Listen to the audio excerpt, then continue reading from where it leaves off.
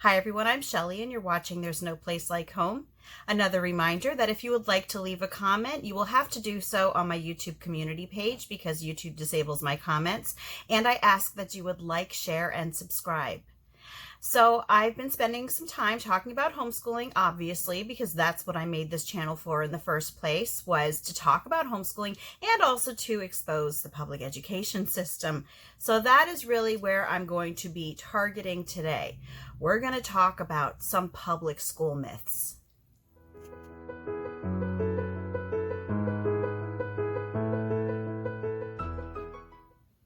So I have tackled some homeschool myths here before, and the funny thing is that the homeschool myths that I come across tend to be very negative about homeschooling, and they are not, in fact, usually true.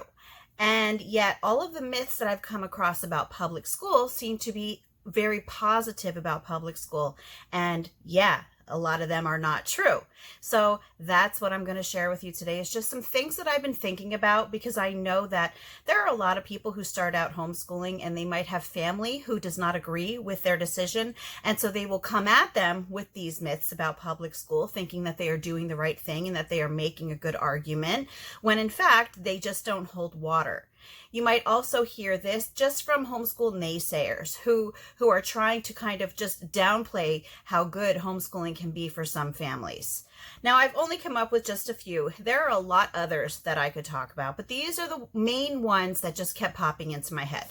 So the first one is that public school is crucial for a child's social skills. Now, first I have to say that this could be true for any school. They think this about any school. I'm mainly going to be tackling public and government schools today, which are interchangeable. They are the same thing, just because that's usually what people are talking about. One thing that I forgot to mention is that, I know I'm going like off topic here, but one thing that I forgot to mention is that another place that you might hear these public school myths is from parents who are frazzled from having their kids at home with them right now doing distance learning. And they keep kind of looking at that grass is always greener on the other side when it comes to school. And they keep coming back to these myths about public school, thinking that they're true just because they're so stressed out with the situation of having their kids home and doing distance learning. And I'll tell you, I would never want to do distance learning, even if I had one child. So my hat's off to those parents, because I would not be able to do distance learning at all. But anyway, yeah, so let's just start talking about this first one. We hear this a lot. School is crucial for a child's social skills. This is often one of those things that pops up first when a family will talk about homeschooling. Now, social skills, socialization, they really are connected. But really, is school crucial for a child's social skills? Since when is it important that a child learn how to behave from other children? As a parent, I always wanted to make sure that my children were learning their behavior through good modeling, or through, me telling them what I expect of them, me being a parent, or them looking up to other adults who are leading them in the way that they should go. Social skills isn't really something that I would ever look to my child for at the public school. What good is that? Have you ever seen how some children in schools act? And, they're not all like that, but there is very little supervision for a very large number of children in a public school. Why is it that we think that our kids need to be around other children who are likely misbehaving in order for them to learn social skills?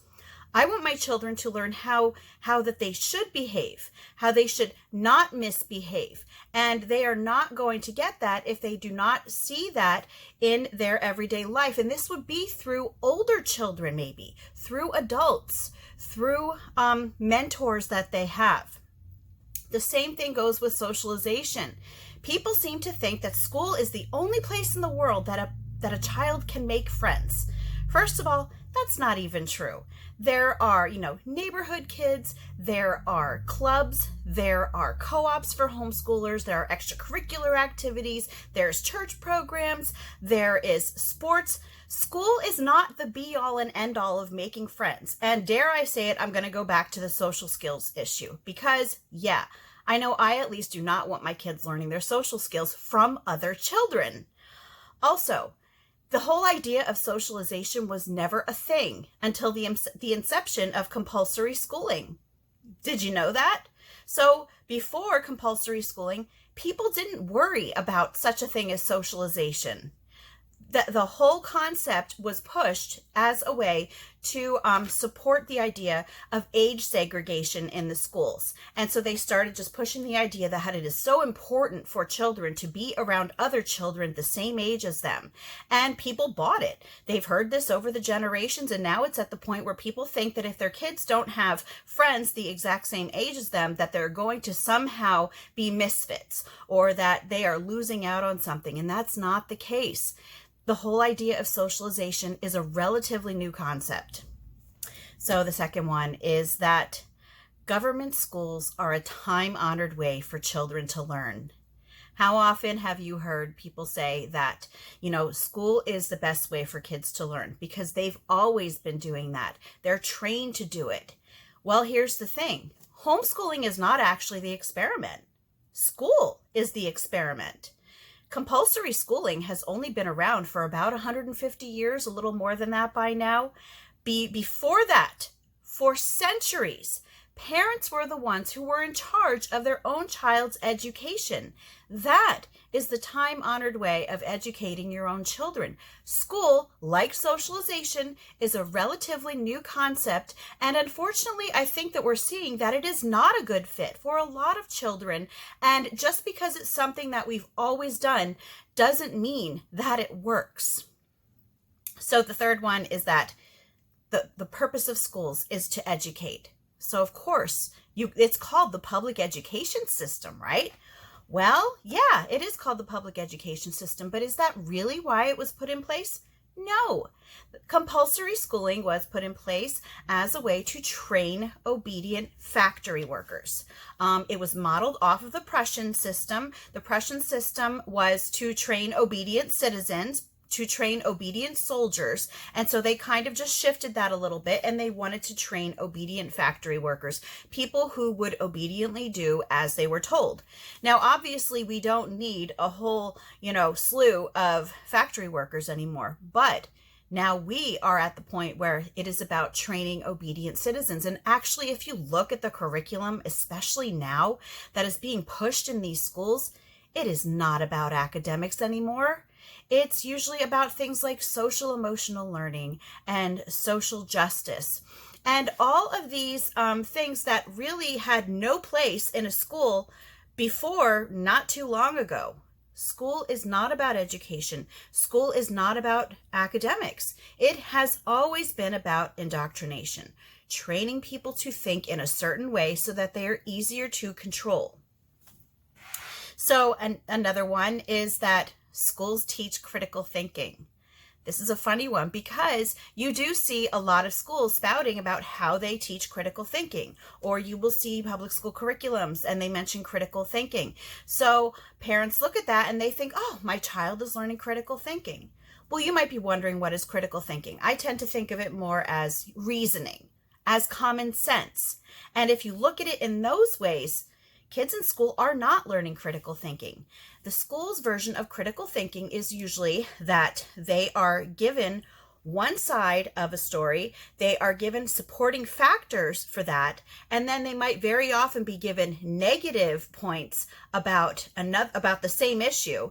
So yeah, they might say, oh, we're tackling two sides of the issue, but they're not being objective about it. They are learning good things about one side and talking points to support that. They are learning bad things about another side and talking points to support that. And they are using that as critical thinking skills when in fact they are really just having information poured into them and it is expected to be parroted back out again. And really, that is what indoctrination is all about, isn't it?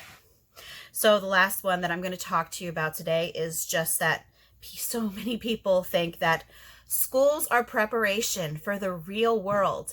I just heard that not too long ago where someone made a comment about homeschooling and they said, well, you're going to have to put your kids in school sometime. They need to be prepared for the real world.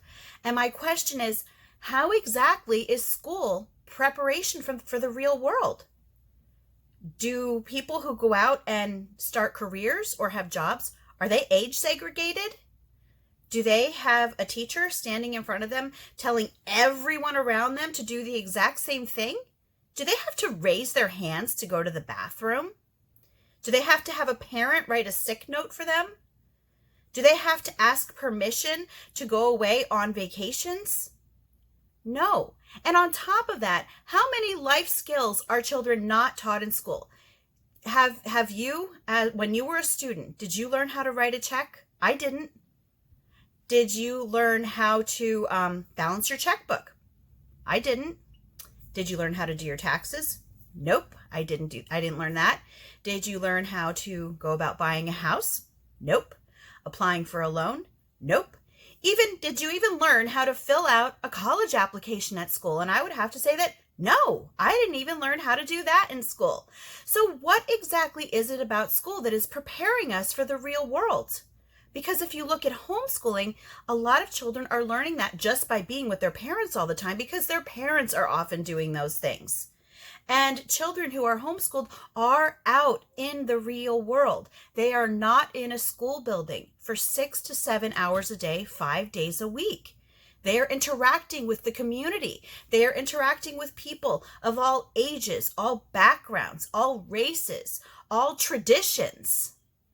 This is very often not happening in the public schools because these children, besides being age segregated, are all coming from the same neighborhood. That is not a model of the real world. So anyway, I hope that I gave you something to think about today, and I hope that I gave you some retorts that you could use if someone does bring one of these up, because yeah, these are the ones that I hear the most often. These are public school myths. They are not true, and it's about time that we get this information out there. That's all that I have for you today. If you like this video, give it a thumbs up. If you haven't subscribed yet and would like to hear more of what I have to say, I would love if you would do that. If you have any questions or comments, you can leave one over on Instagram because, as I mentioned, YouTube disables my comments. And if you like my work and would like to check out my Patreon page, I will leave a link in the description box for that as well. And I hope you have a great day.